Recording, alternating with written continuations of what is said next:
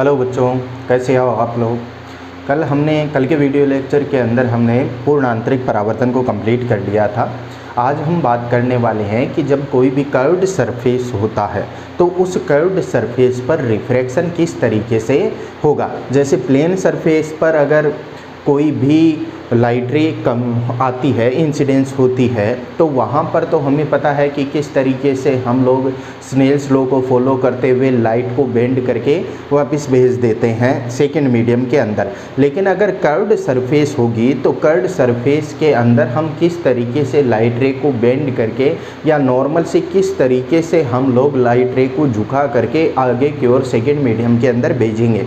और मेनली हम लोग इसके अंदर ये चीज़ देखेंगे कि जैसे बात करें रिफ्रैक्टेड रे की, तो जो इंसिडेंट रे का जो पॉइंट होता है, इंटरसेक्शन पॉइंट, वो होता है ऑब्जेक्ट, ठीक है। और रिफ्लेक्टेड रे या रिफ्रैक्टेड रे का जो इंटरसेक्शन पॉइंट होता है वो होती है इमेज। तो यहाँ पर हम ये भी देखेंगे कि कर्व्ड सरफेस से या कर्व्ड कोई आपके पास सेकेंड मीडियम की बाउंड्री लाइन है तो उससे जब लाइट रिफ्रैक्ट होकर जाती है तो इमेज किस तरीके से हमें दिखाई देती है या कितनी डिस्टेंस पर वो बनती है। तो चलिए स्टार्ट करते हैं आज के वीडियो लेक्चर के अंदर।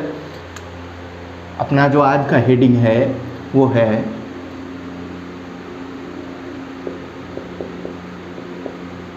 Refraction from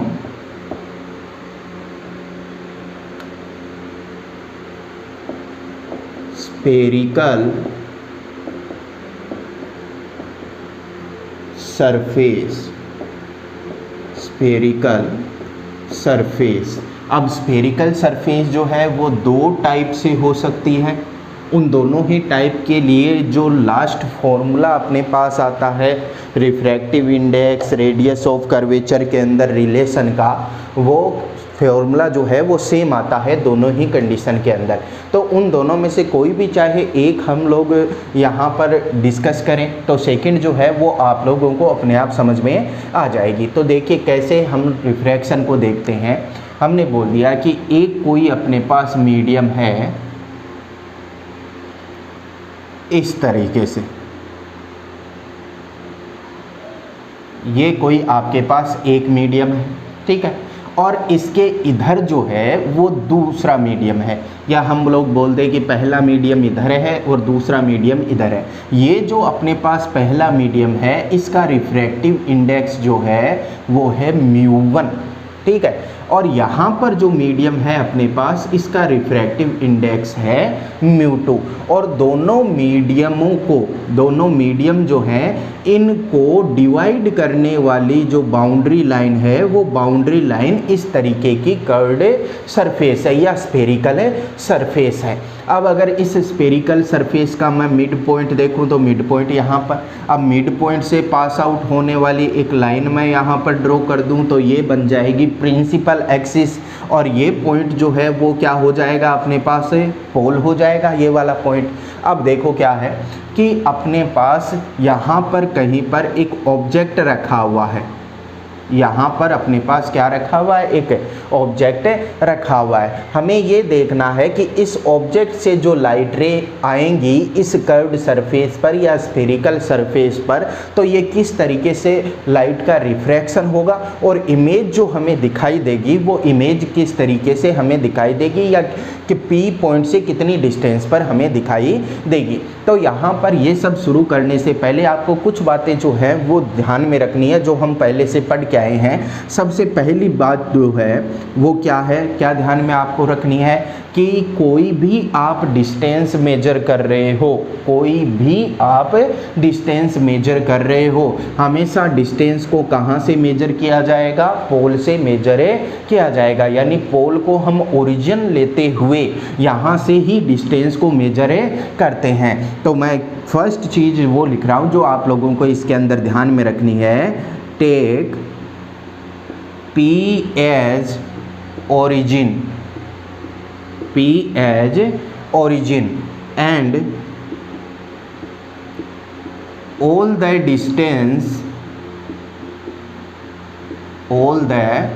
distance are measured from pole, कोई भी डिस्टेंस आपको मेजर करनी है इसके अंदर तो कहाँ से मेजरमेंट करेंगे हम लोग, पी पॉइंट से या फिर पोल से मेजर करेंगे। सेकंड चीज़ जो अपने को ध्यान में रखनी है वो ये ध्यान में रखनी है कि जो भी लाइट रे आएंगी वो पैराएक्सियल लाइट रे होंगी, ठीक है। ऑल रेज आर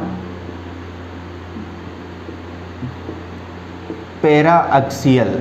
अब पैराएक्सियल का मीनिंग जो है वो क्या होता है, तो ये सेम मीनिंग है जो हमने पहले काम में लिया है, क्या, और एप्रेचर ऑफ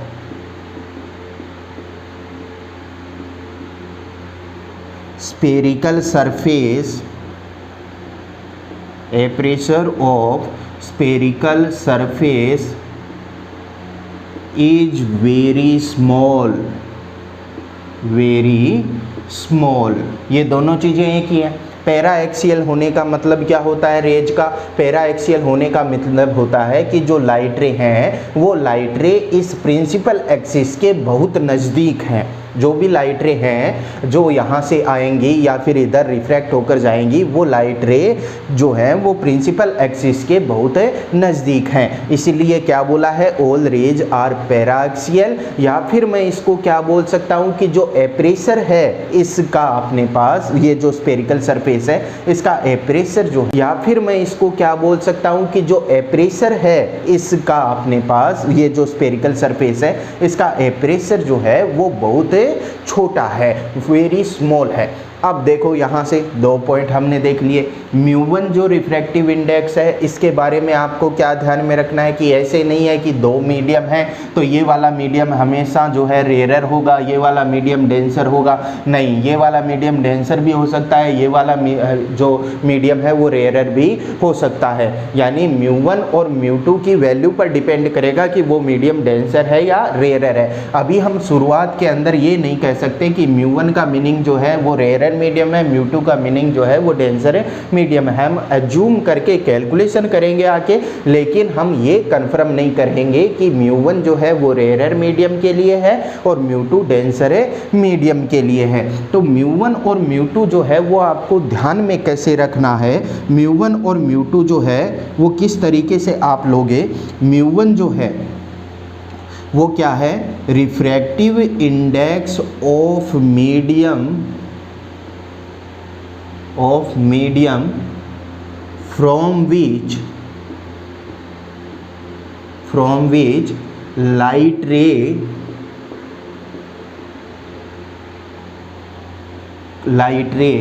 coming, यानी जिस मीडियम से लाइट रे आ रही है उस मीडियम का रिफ्रैक्टिव इंडेक्स कितना है, म्यू1 है। और म्यू2 क्या है, जिस मीडियम के अंदर लाइट रे जा रही है उस मीडियम का रिफ्रैक्टिव इंडेक्स, यानी refractive index of medium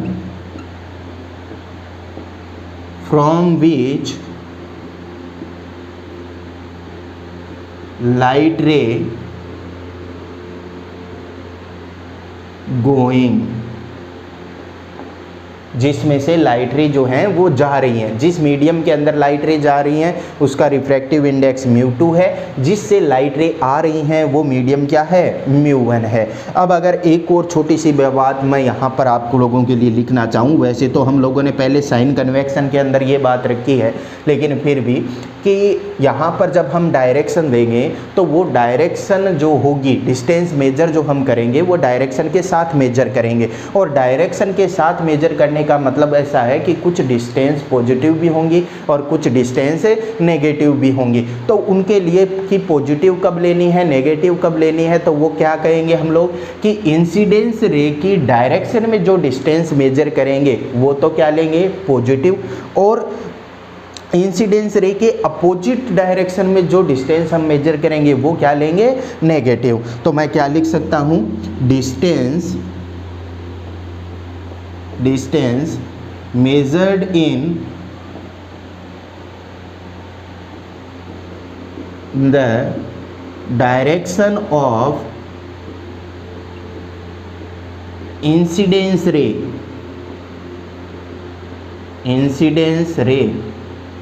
is positive, और इसका उल्टा क्या हो जाएगा, नेगेटिव हो जाएगा। तो वो आप लोगों को ध्यान में रखना है कि इंसिडेंस रे की डायरेक्शन में जो डिस्टेंस मेजर करेंगे वो तो कैसी होगी, पॉजिटिव, और उसके अपोजिट डायरेक्शन में जो हम डिस्टेंस मेजर करेंगे वो क्या हो जाएगी, नेगेटिव हो जाएगी। तो चलिए अब हम यहाँ से स्टार्ट करते हैं कि किस तरीके से हम यहाँ से इमेज को बनाते हैं। तो मैं यहाँ पर एक ऑब्जेक्ट ले रहा हूँ कि यहाँ पर एक ऑब्जेक्ट जो है वो रखा हुआ है।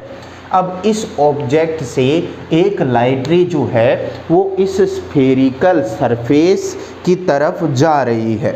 एक लाइट रे जो है वो इस स्फेरिकल सरफेस की तरफ इस तरीके से जा रही है। ये लाइट रे चली गई, ठीक है। अब ये लाइट रे जब इस सरफेस स्फेरिकल सरफेस पर जाएगी तो हम कहेंगे कि ये किधर जाएगी, तो उसके लिए नॉर्मल बनाना पड़ेगा। तो हम लोगों ने यहाँ पर अगर हम लोग नॉर्मल बना देते हैं तो नॉर्मल हमने इस तरीके से इस सरफेस पर बना दिया। अब नॉर्मल जो होता है किसी स्फेरिकल सरफेस से, वो नॉर्मल किस पॉइंट से पास आउट होगा, यहाँ पर वो पॉइंट कौन सा होगा, तो हम कहेंगे कि जैसे यहाँ पर अपने पास कोई स्फेयर है या फिर कोई सर्कल है, इस सर्कल के किसी पॉइंट के ऊपर हमें नॉर्मल बनाना है। तो इसके किसी पॉइंट पर जब मैं नॉर्मल को ड्रॉ करता हूँ तो वो नॉर्मल जो है वो इस सर्कल के सेंटर को पास आउट करता है या सेंटर से होकर पास आउट होता है। तो वही चीज़ यहाँ पर है कि ये अपने पास स्फेरिकल सरफेस है, इस पर मैं नॉर्मल ड्रॉ करूँगा तो वो नॉर्मल जो है वो कहाँ से पास आउट होगा, उस स्फेरिकल सरफेस के सेंटर ऑफ कर्वेचर से, उस स्फेरिकल सरफेस के सेंटर ऑफ कर्वेचर से। तो हम यहाँ पर बोल सकते हैं कि PC जो अपने पास डिस्टेंस है वो PC डिस्टेंस क्या है, रेडियस ऑफ कर्वेचर होगी, कि PC डिस्टेंस जो है वो क्या है, रेडियस ऑफ कर्वेचर, क्योंकि distance between pole and centre of curvature is known as radius of curvature. तो ये वाली डिस्टेंस अपने पास रेडियस ऑफ कर्वेचर के इक्वल हो जाएगी, जिसे हम काम में लेंगे। अब देखो अपने पास क्या है कि ये जो ऑब्जेक्ट की डिस्टेंस है, यहाँ पर इस लाइट रे को आगे हम लोग देखेंगे, ये जो अपने पास यहाँ पर ऑब्जेक्ट की डिस्टेंस है P से O तक की, ये डिस्टेंस है अपने पास स्मॉल u, ये डिस्टेंस है अपने पास स्मॉल u। हमने P से C तक की डिस्टेंस जो है वो हम लोग बोल देते हैं वो है radius of curvature, radius of curvature of spherical surface. अब देखो यहाँ से कि इमेज किस तरीके से बनेगी, तो हम कहेंगे कि यहाँ से लाइट रे का क्या होगा, रिफ्रैक्शन होगा। लाइट रे का रिफ्रैक्शन होगा तो यहाँ वाला एंगल चाहिए अपने को, तो यहाँ वाला जो एंगल है वो हम लोग बोल देते हैं एक बार θ1। θ1 जो है वो क्या हो गया, इंसिडेंस एंगल हो गया इस लाइट रे के लिए। अब लाइट रे का जब एक बार θ1 जो है वो क्या हो गया, इंसिडेंस एंगल हो गया इस लाइट रे के लिए। अब लाइट रे का जब रिफ्रैक्शन होता है तो अब एक बार हम अज्यूम करके चलते हैं कि ये जो मीडियम है बाहर वाला जिसका रिफ्रैक्टिव इंडेक्स μ1 है वो तो है रेयर मीडियम, वो हम क्या लेके चल रहे हैं, एक बार रेयर मीडियम।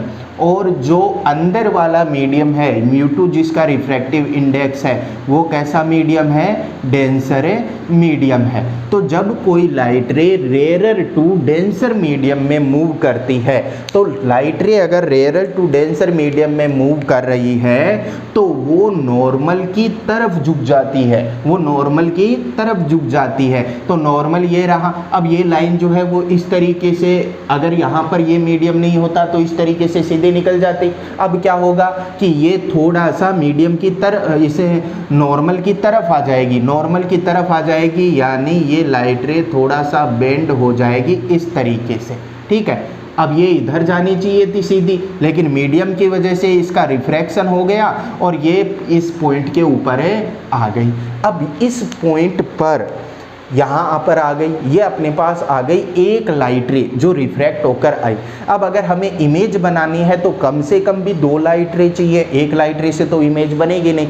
तो 2 लाइट रे, सेकेंड लाइट रे मैं कहाँ से लूँ, तो हमने बोल दिया कि एक लाइट रे जो है वो इस स्फेरिकल सरफेस के बिल्कुल परपेंडिकुलर आ रही है और हमें पता है कि जो परपेंडिकुलर लाइट रे आती है वो बिना डेविएट होकर सीधी चली जाती है, यानी उसका डेविएशन नहीं होता है। क्यों? क्योंकि incidence angle I equal to 0 होता है, तो refraction angle R equal to कितना हो जाएगा? 0 हो जाएगा। अब यहाँ से अगर हम एंगल ऑफ रिफ्रैक्शन इस वाली लाइट रे के लिए लिखना चाहें तो यहाँ पर θ1 हमने एंगल ऑफ इंसिडेंस लिख दिया, तो ये वाला जो एंगल है यहाँ पर ये हमने बोल दिया θ2 है, एंगल ऑफ रिफ्रैक्शन। चलिए ये अपना जो है वो डायग्राम जो है वो बन गया। अब इसके अंदर क्या क्या चीज़ें जो हैं वो हम लोग देखते हैं। देखो इस डायग्राम के अंदर मैं बोल लेता हूँ, ये वाला जो एंगल है इसे बोल ले हम लोग अल्फा, ठीक है। ये वाला जो यहाँ पर एंगल बन रहा है इसको हम लोग बोल लेते हैं बीटा, और ये वाला जो एंगल बन रहा है इसको हम लोग बोल लेते हैं गामा। ये तीनों एंगल जो है वो हम लोगों ने यहाँ पर देख लिए कि ये θ1, ये θ2, ये अल्फा, ये बीटा, ये गामा हो गया।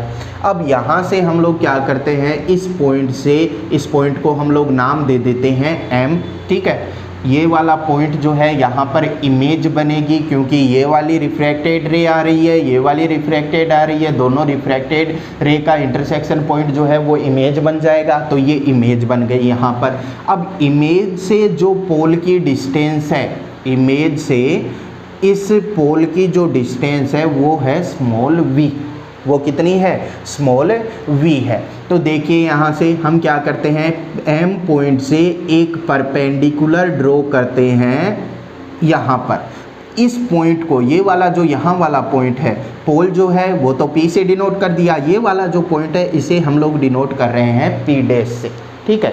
दोनों पॉइंट हमने डिनोट कर दिए यहाँ पर। अब देखो अपने को करनी है कैलकुलेशन। कैलकुलेशन के अंदर मैं सबसे पहले आप लोगों को बता दूँ कि हमें जो पता है उससे शुरुआत करके चलते हैं, हमें जो पता है उससे शुरुआत करके हम लोग चलते हैं, और अपने को लास्ट रिलेशन जो मिलना चाहिए वो मिलना चाहिए μ1 में, μ2 में, u, v और r में, यानी इन सब के अंदर अपने को एक इक्वेशन जो है वो फाइंड आउट करनी है। तो इक्वेशन फाइंड आउट करने के लिए हम क्या करें यहाँ पर, तो इक्वेशन फाइंड आउट करने के लिए देखो हम लोग क्या करते हैं, इन चीज़ों को ध्यान में रखते हैं, ठीक है। सबसे पहली बात हम लोग क्या करते हैं कि जो पैरा एक्सियल रेज हैं या एपरेचर जो है स्फेरिकल सरफेस का वो बहुत कम है, और वो बहुत कम होगा इसका मतलब ये जो रेज हैं यहाँ तक आ रही हैं ये एक्चुअल के अंदर क्या है,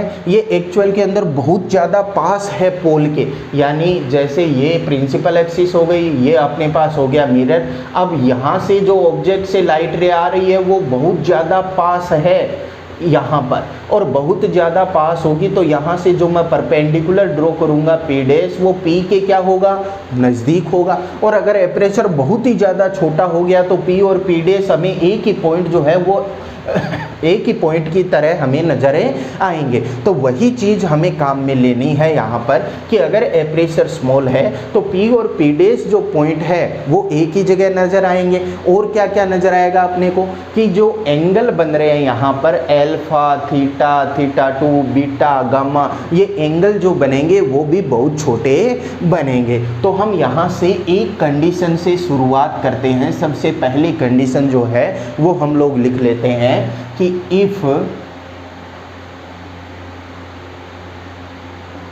aperture is very small, very small, then क्या होगा, फर्स्ट जो चीज़ है क्या बनेगी, अल्फा, बीटा, गामा, θ1, θ2 आर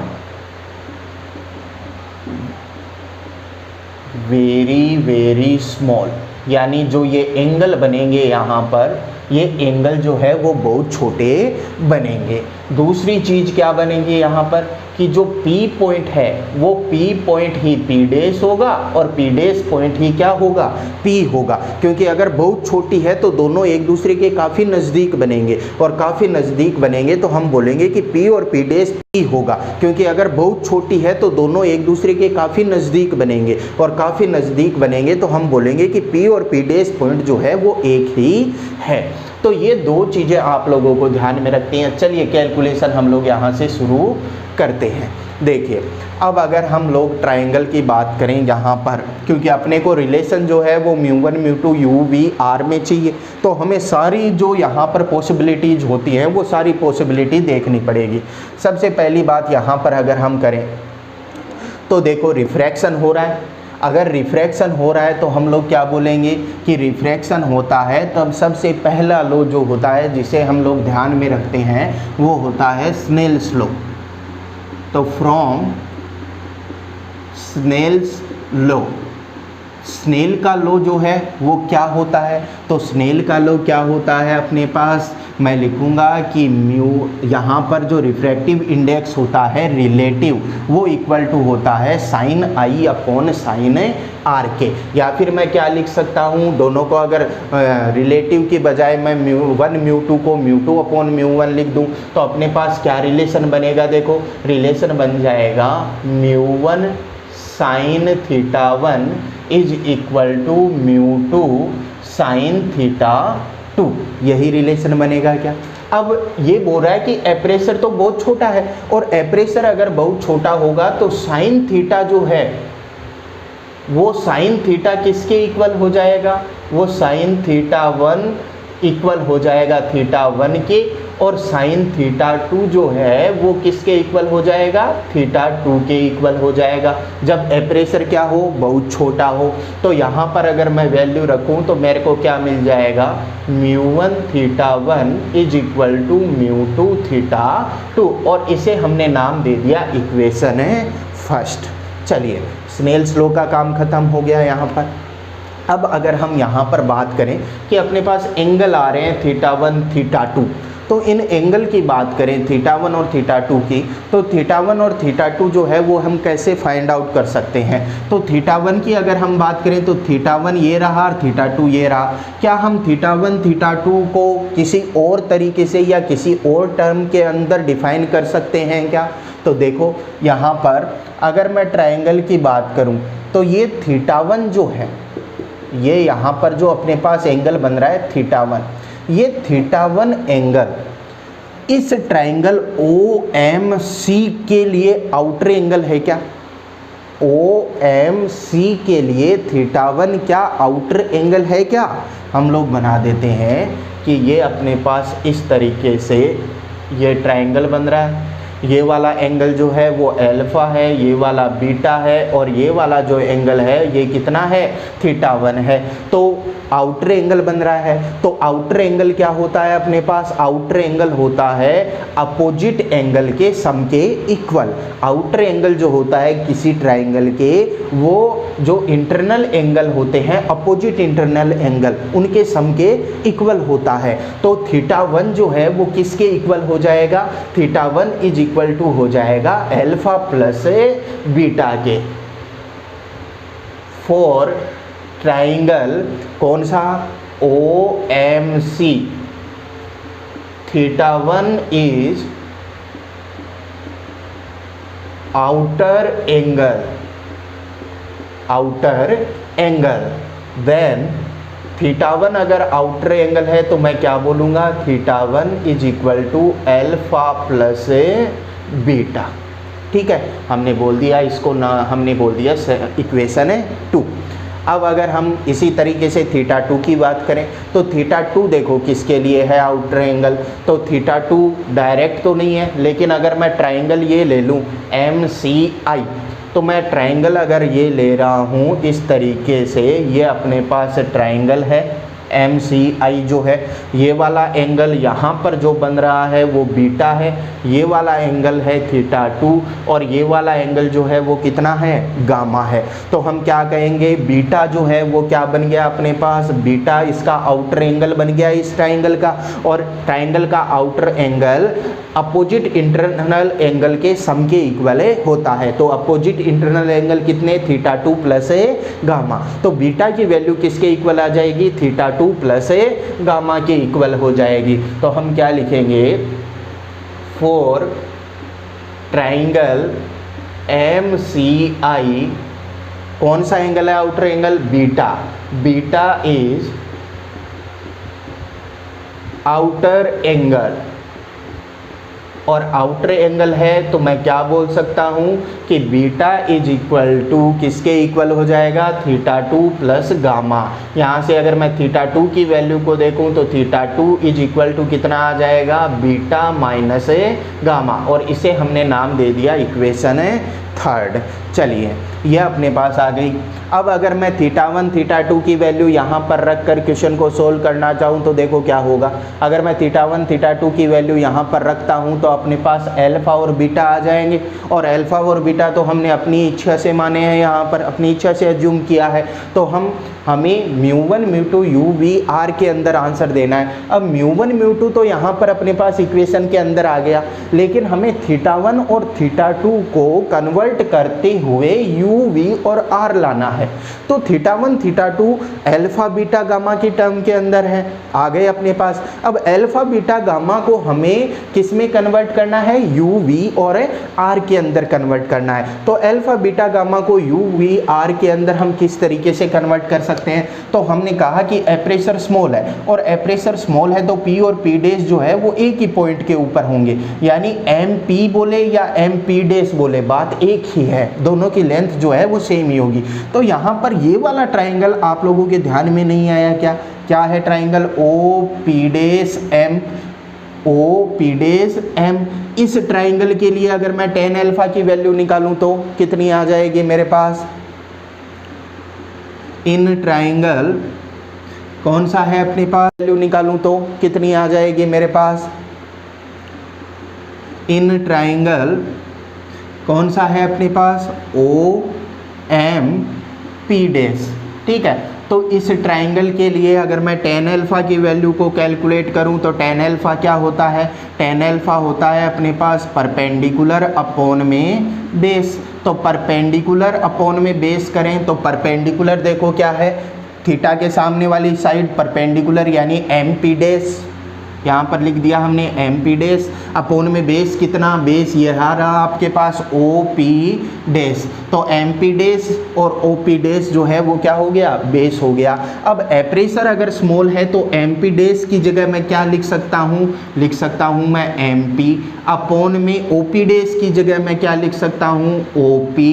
अब एम पी की वैल्यू तो मेरे पास नहीं है, लेकिन ओ पी की वैल्यू मेरे पास है। ओ पी जो है वो क्या है अपने पास है, ऑब्जेक्ट की डिस्टेंस है पोल से। तो ऑब्जेक्ट की डिस्टेंस पोल से है, और डिस्टेंस को कहाँ से मेजर किया जाएगा, हमेशा पोल से। तो पोल से अगर मैं ओ की डिस्टेंस को मेजर करूं, यानी मुझे किस डायरेक्शन में चलना पड़ेगा, इस वाली डायरेक्शन में चलना पड़ेगा। तो क्या ये डायरेक्शन इंसिडेंस रे की अपोजिट है क्या, बिल्कुल अपोजिट डायरेक्शन है। इसका मतलब मैं ओपी की वैल्यू रखूंगा वो u ना लेकर क्या वैल्यू रखूंगा, माइनस का u। इसे हमने नाम दे दिया अपने पास tan अल्फा जो है वो हो गई इक्वेशन 4। अब इसी तरीके से अगर मैं बीटा की वैल्यू देखना चाहूँ तो कौन सा ट्राइंगल ले लूँगा मैं, एम पी डैश सी। तो हम लोग बोल देते हैं in triangle M P dash C. तो एम पी डैश सी के अंदर अगर मैं tan बीटा की वैल्यू को लिखना चाहूँ तो tan बीटा देखो क्या आ जाएगा, tan बीटा आएगा परपेंडिकुलर अपॉन में बेस। तो परपेंडिकुलर कितना, एम पी डैश, परपेंडिकुलर है अपने पास एम पी डैश, अपोन में बेस कितना है पी डैश सी। अब एम पी डैश की बात करें तो एम पी डैश की जगह अगर मैं एम पी लिख दूं तो भी कोई बड़ी बात नहीं है, क्योंकि प्रेशर क्या है स्मॉल है। और पी डैश सी की जगह क्या लिख सकता हूं मैं पी सी लिख सकता हूं। अब एम पी की वैल्यू जो है वो तो मेरे पास है नहीं, तो एम पी को तो मैंने एज इट इज रख दिया, लेकिन पी सी की जो वैल्यू है वो क्या है अपने पास, पी सी जो है वो है रेडियस ऑफ कर्वेचर, और रेडियस ऑफ कर्वेचर कितनी है आर। डायरेक्शन हमेशा पोल से मेजर करेंगे, तो सी पॉइंट की पी से अगर डिस्टेंस मेजर करेंगे तो इस डायरेक्शन में हमें जाना पड़ेगा, और इस डायरेक्शन के अंदर अगर मैं डिस्टेंस मेजर करूं तो देखो इंसिडेंस रे की डायरेक्शन है, कैसी होगी पॉजिटिव हो जाएगी। तो पी सी की वैल्यू मैं कितनी लिख लेता हूं आर लिख लेता हूं। अब इसे एक बार इक्वेशन का नाम नहीं देते हैं हम लोग। अब टेन गामा की वैल्यू कैलकुलेट कर लेते हैं। तो मैं अगर टेन गामा की वैल्यू लिखूं तो टेन गामा के लिए कौन सा ट्राइंगल लेना पड़ेगा, देखो एम पी डैश आई।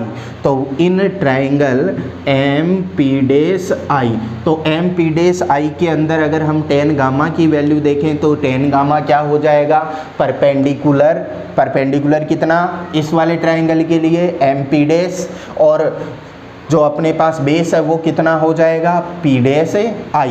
तो tan gamma is equal to M P dash upon में P dash I. M P dash की जगह एम पी लिख सकता हूँ, पी डैश आई की जगह पी आई लिख सकता हूँ। एम पी की वैल्यू अपने पास है नहीं, पी आई की वैल्यू देखो, पी आई जो है वो इमेज की डिस्टेंस है पोल से, तो पोल से डिस्टेंस मेजर कर रहा हूँ तो इस डायरेक्शन में जाना पड़ेगा, और इंसिडेंस रे की डायरेक्शन और ये वाली डायरेक्शन सेम है। इसका मतलब जो वैल्यू रखूंगा v वो कैसी हो रखेंगे पॉजिटिव वैल्यू यहाँ पर रखेंगे। तो ये तीनों अपने पास वैल्यू आ गई, tan alpha tan beta ten gamma की। अब देखो क्या अपने को यहाँ पर ध्यान में रखना है कि हमने कहा कि alpha beta gamma theta one theta two are very very small.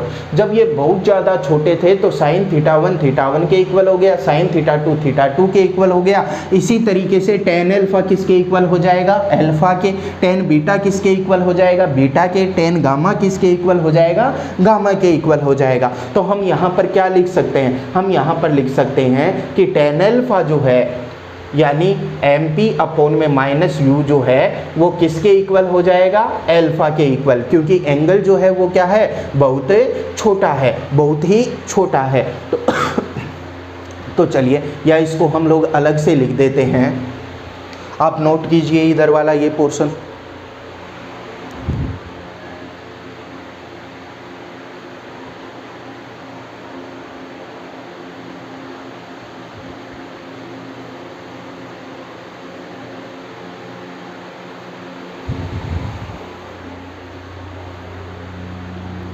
चलिए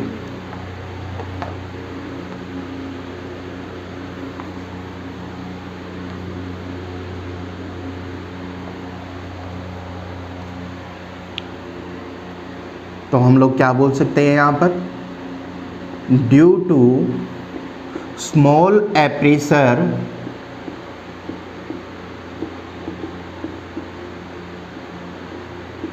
value of alpha beta and gamma are very small या वेरी वेरी स्मॉल, देन क्या बोल सकते हैं हम लोग कि tan alpha is equal to alpha, tan beta is equal to beta, और tan gamma is equal to gamma. लिख दिया हमने ये। अब देखो अपने पास, अब इक्वेशन का हम लोग बना देते हैं इनको इक्वेशन। ये थर्ड हो गई, ये हो गई फोर्थ, ये हो गई फिफ्थ, ये हो गई सिक्स्थ। इक्वेशन बहुत सारी हमने बना दी है, और ये वाली हो गई 7। ठीक है, बना दी ये इक्वेशन। अब देखो क्या करना है आपको कि इक्वेशन 7 से वैल्यू रखनी है 6 के अंदर। ठीक है, 654 के अंदर, और 654 से जो वैल्यू आएगी वो 32 के अंदर रखनी है, और 32 से वैल्यू जो आए वो किस में रखनी है, फर्स्ट के अंदर रख। 54 से जो वैल्यू आएगी वो 32 के अंदर रखनी है, और 32 से वैल्यू जो आए वो किस में रखनी है, फर्स्ट के अंदर रखनी है। या फिर चलो सीधे ही चलते जाते हैं, अगर हम इक्वेशन फर्स्ट से वैल्यू रखना स्टार्ट करें तो इक्वेशन फर्स्ट से वैल्यू रखते हैं। देखो एक साथ ही वैल्यू हम लोग रख देते हैं, तो देखो क्या होगा, from equation first, equation first क्या है अपने पास, इक्वेशन फर्स्ट है μ1 θ1 इज इक्वल टू μ2 θ2। θ1 की जगह क्या लिख सकता हूँ, θ1 की जगह ये रहा अल्फा प्लस बीटा, तो θ1 की जगह रख दो μ1 alpha plus beta is equal to μ2। θ2 की जगह क्या लिख सकते हैं, θ2 की जगह लिख सकते हैं बीटा माइनस गामा, तो θ2 की जगह लिख दिया बीटा माइनस गामा, लिख दिया ये वैल्यू। अब अल्फा प्लस बीटा, अल्फा की जगह क्या लिख सकते हैं, तो tan अल्फा अल्फा के इक्वल है, और tan अल्फा कितना है अपने पास, mp अपॉन माइनस यू, तो यहाँ से मैं क्या लिख सकता हूँ, μ1 अल्फा की जगह हमने लिख दिया mp अपॉन में माइनस का u, ठीक है, म्यू नहीं है, क्या है ये u, प्लस में बीटा, बीटा tan बीटा के इक्वल होगा, और tan बीटा कितना है mp अपॉन r, तो प्लस में mp अपॉन में r is equal to μ2, beta कितना, बीटा है mp अपॉन में r minus gamma, gamma tan gamma के इक्वल, और tan गामा कितना है mp अपॉन में v, तो mp अपॉन में v, ये अपने पास यहाँ पर अपने वैल्यू रख दी। अब देखो क्या हो रहा है, mp सब के अंदर ही कॉमन आ रहा है क्या, यहाँ पर भी दोनों में mp आ रहा है, यहाँ पर भी दोनों में mp आ रहा है, तो mp को उड़ा दो, उड़ा दिया mp को, क्या बच गया अपने पास, देखो यहाँ पर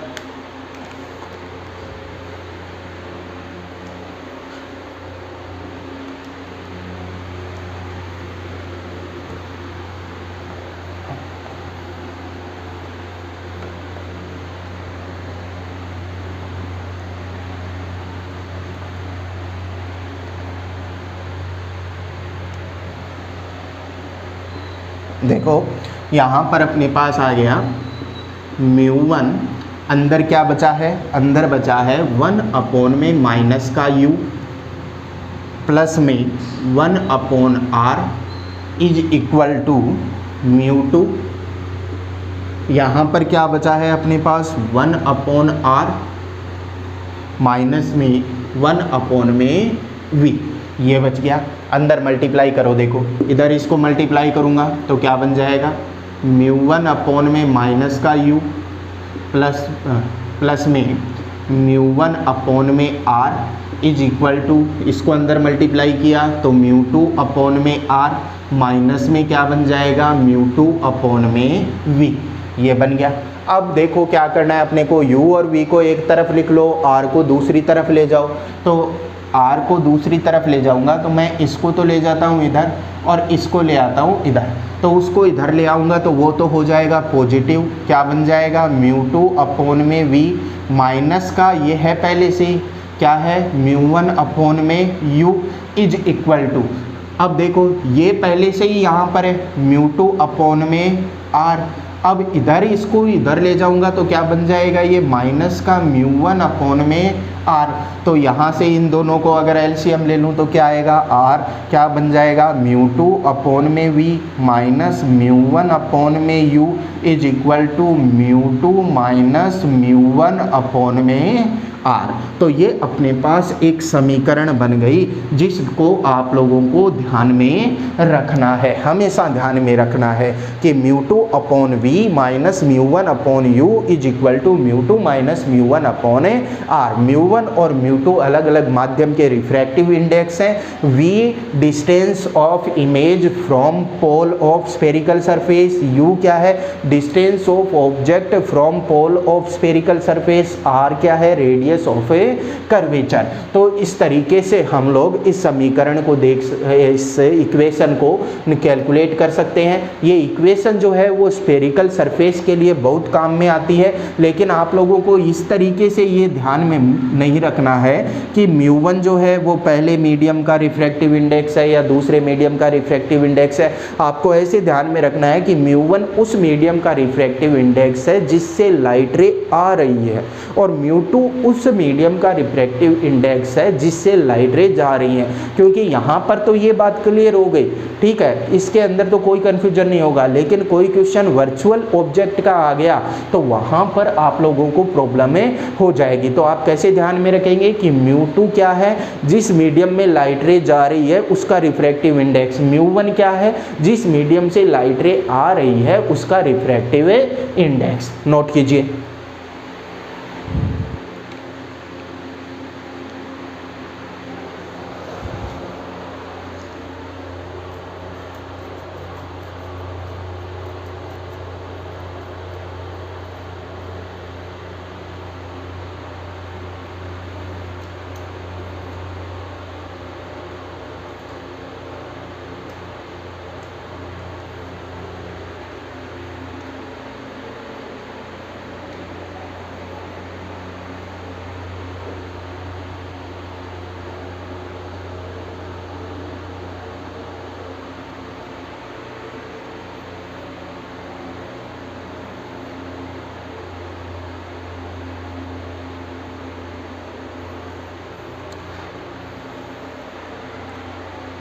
चलिए इसी के अंदर मैं एक बात और भी बता देता हूँ।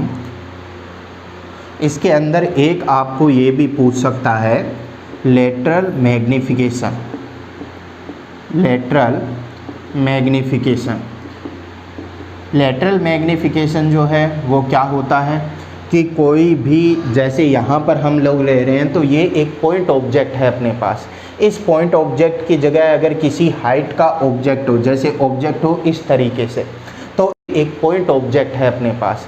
इस पॉइंट ऑब्जेक्ट की जगह अगर किसी हाइट का ऑब्जेक्ट हो, जैसे ऑब्जेक्ट हो इस तरीके से, तो इस ऑब्जेक्ट की इमेज बनाने के लिए हमें दो लाइट रे अलग अलग लेनी पड़ेगी। और उन लाइट रे से जब हम इमेज बनाएंगे तो वो इमेज किस तरीके से बनती है, उल्टी बनती, इन्वर्ट बनती है या इरेक्ट बनती है, सेम हाइट की बनती है या अलग अलग हाइट की बनती है दोनों इमेज, तो वो सारी चीज़ें जो हैं वो लेटरल मैग्नीफिकेशन के अंदर देखते हैं। लेटरल मैग्नीफिकेशन को डिनोट करते हैं स्मॉल m से, और बेसिक डेफिनेशन जो इसकी होती है वो क्या होती है, हाइट ऑफ इमेज अपॉन में हाइट ऑफ ए ऑब्जेक्ट। यही इसकी बेसिक डेफिनेशन होती है। इमेज जो बन रही है इसकी हाइट अपॉन में ऑब्जेक्ट की हाइट। अब यहाँ पर हम लोग क्या बोल सकते हैं, इसका फॉर्मूला हो जाएगा μ1 अपॉन में μ2 v अपॉन में u। यहाँ पर जो अपने पास ये लेटरल मैग्नीफिकेशन होगा स्फेरिकल सरफेस से, वो स्फेरिकल सरफेस से मैग्नीफिकेशन कितना हो जाएगा, m is equal to μ1 upon μ2। यहाँ पर भी वही चीज़ आप लोगों को ध्यान में रखनी है कि अगर फॉर्मूला आप डायरेक्ट रिमेंबर कर रहे हो तो क्या ध्यान में रखना है कि μ1 कौन से मीडियम का रिफ्रैक्टिव इंडेक्स है जिससे लाइट रे आ रही है, और μ2 उस मीडियम का रिफ्रैक्टिव इंडेक्स है जिससे में लाइट रे जा रही है। v इमेज के डिस्टेंस पोल से और u क्या हो गई अपने पास ऑब्जेक्ट की डिस्टेंस है पोल से। और यहाँ पर एक बात ये जो ध्यान में रखनी है आपको, जब भी आप u v की वैल्यू पुट करते हैं तो वैल्यू पुट करेंगे तो अपने हमेशा साइन कन्वेक्शन का ध्यान में रखेंगे कि साइन उसका पॉजिटिव होगा या नेगेटिव होगा। ये चीज़ आप लोगों को ध्यान में रह जाएगी तो आपके कई क्वेश्चन के अंदर जो क्वेश्चन है वो गलत करने से आप लोग बच जाओगे, या सिली मिस्टेक जिन्हें बोलते हैं वो नहीं होगी। तो आज के वीडियो लेक्चर के अंदर इतना ही। नेक्स्ट के अंदर हम टोटल इंटरनल रिफ्लेक्शन और इस टॉपिक के सोल्ड एग्जाम्पल देखेंगे। Thank you.